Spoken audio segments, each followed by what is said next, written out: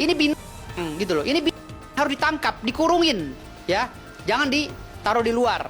Udah itu buku-buku sampah semua. Ngapain? Buku yang keluar dari otaknya si Rismond itu buku sampah. Buku yang keluar dari otaknya Roy Suryo itu buku sampah semua. Nggak usah dibeli. Dikasih aja haram jadah, nggak usah diambil. Ngapain? Itu manusia sampah semua. Rismond dan Roy Suryo gitu loh. Manusia sampah yang nggak berguna di bangsa ini. Kalau memang alat buktinya cukup, saksi-saksinya cukup gitu loh. Karena Rismond ini orang yang bisa dikategorikan pemecah anak bangsa. Kenapa? Dia buat buku untuk dijual di luar negeri dengan menghasut-hasut kayak semacam si Tifa. Ya, saya nggak manggil dokter ya karena saya nggak pantas dipanggil dokter. Saya panggil si Tifa aja. Si Tifa itu manggil-manggil anggota parlemen Amerika buat mempermasalahkan ijazah Jokowi. Kan nggak nyambung. Ini otaknya udah pada keblenger semua. Jadi manusia-manusia kardus seperti ini harusnya ditangkap sama Polda Metro Jaya, harus segera. Gitu, karena ini orang-orang lendong.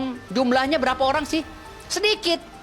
Akhirnya menggoyangkan masyarakat gitu loh. Akhirnya masyarakat ikut demo, terprovokasi, mau bubarkan DPR. Karena apa? Karena ngomong akan ngikutin ngomongan segelintir orang itu, gitu loh.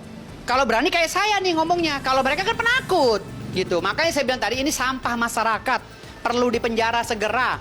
Tolong Kapolri, Kapolda dengarkan kata saya, tangkap mereka. Kalau cukup bukti, cukup saksi, cukup alat bukti, bawa ke pengadilan, biarkan hakim yang menentukan. Sekarang yang penting amankan dulu, karena ini manusia-manusia sampah, begundal-begundal yang memanggil negara asing untuk menghukum para mantan presiden dan presiden kita di Indonesia. Ini membawa masalah ini di kancah internasional. Sementara negara lain lagi menutup rapat rahasia negaranya, kita bongkar di seluruh dunia. Gila nggak? Ini perlakuan keji yang nggak memikirkan keamanan negara. Kalau negara ini diserang sama orang luar negeri gara-gara fitnah yang mereka lakukan, gimana? Hah? Kita lagi menutup rapat negaranya agar aman dari rong-rongan luar negeri. Tahu-tahu nih si rombongan Rismond Sianipar yang otaknya nggak ada ini, dia jual buku ke luar negeri untuk menjelek-jelekan negara kita. Ini kan ini gitu loh. Ini harus ditangkap, dikurungin, ya. Jangan ditaruh di luar. Karena nanti takutnya dia rabies, nginjek-gigit orang kena rabies. Gitu. Dalam beberapa waktu terakhir, ruang publik Indonesia kembali diwarnai oleh perdebatan panas yang melibatkan sejumlah tokoh kontroversial. Firdaus Oiwobo, seorang figur spiritual dan aktivis sosial yang dikenal dengan gaya komunikasinya yang blak-blakan, telah mendeklarasikan sebuah organisasi baru bernama Termul, Ternak Mulyono. Organisasi ini, yang secara simbolik menggunakan logo simpanse, diklaim sebagai wadah untuk menjaga keutuhan bangsa dan melawan narasi-narasi yang dianggap provokatif dan merusak stabilitas nasional.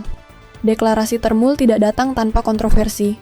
Dalam pernyataan publiknya, Firdaus secara eksplisit menyebut nama Roy Suryo, mantan Menteri Pemuda dan Olahraga, serta Rismond Sianipar, seorang aktivis yang dikenal vokal dalam isu-isu politik, sebagai pihak yang berusaha memecah belah bangsa.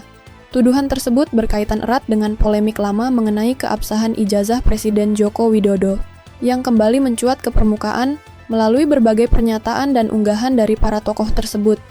Firdaus menuduh bahwa kelompok ini tidak hanya menyebarkan informasi yang menyesatkan, tetapi juga berupaya melibatkan pihak asing untuk menghakimi mantan Presiden Indonesia.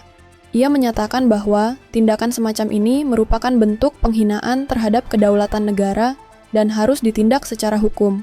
Dalam konteks ini, Termul disebut akan berperan aktif dalam mengawal proses hukum terhadap para pelontar tuduhan, termasuk tokoh-tokoh lain seperti Tifauzia Tiasuma dan Egy Sujana.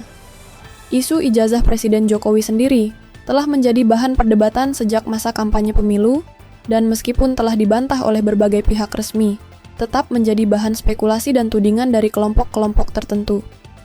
Firdaus Oiwobo dan Termul memandang bahwa penyebaran isu ini bukan sekadar kritik, melainkan bentuk agitasi yang berpotensi mengganggu ketertiban umum dan merusak kepercayaan publik terhadap institusi negara.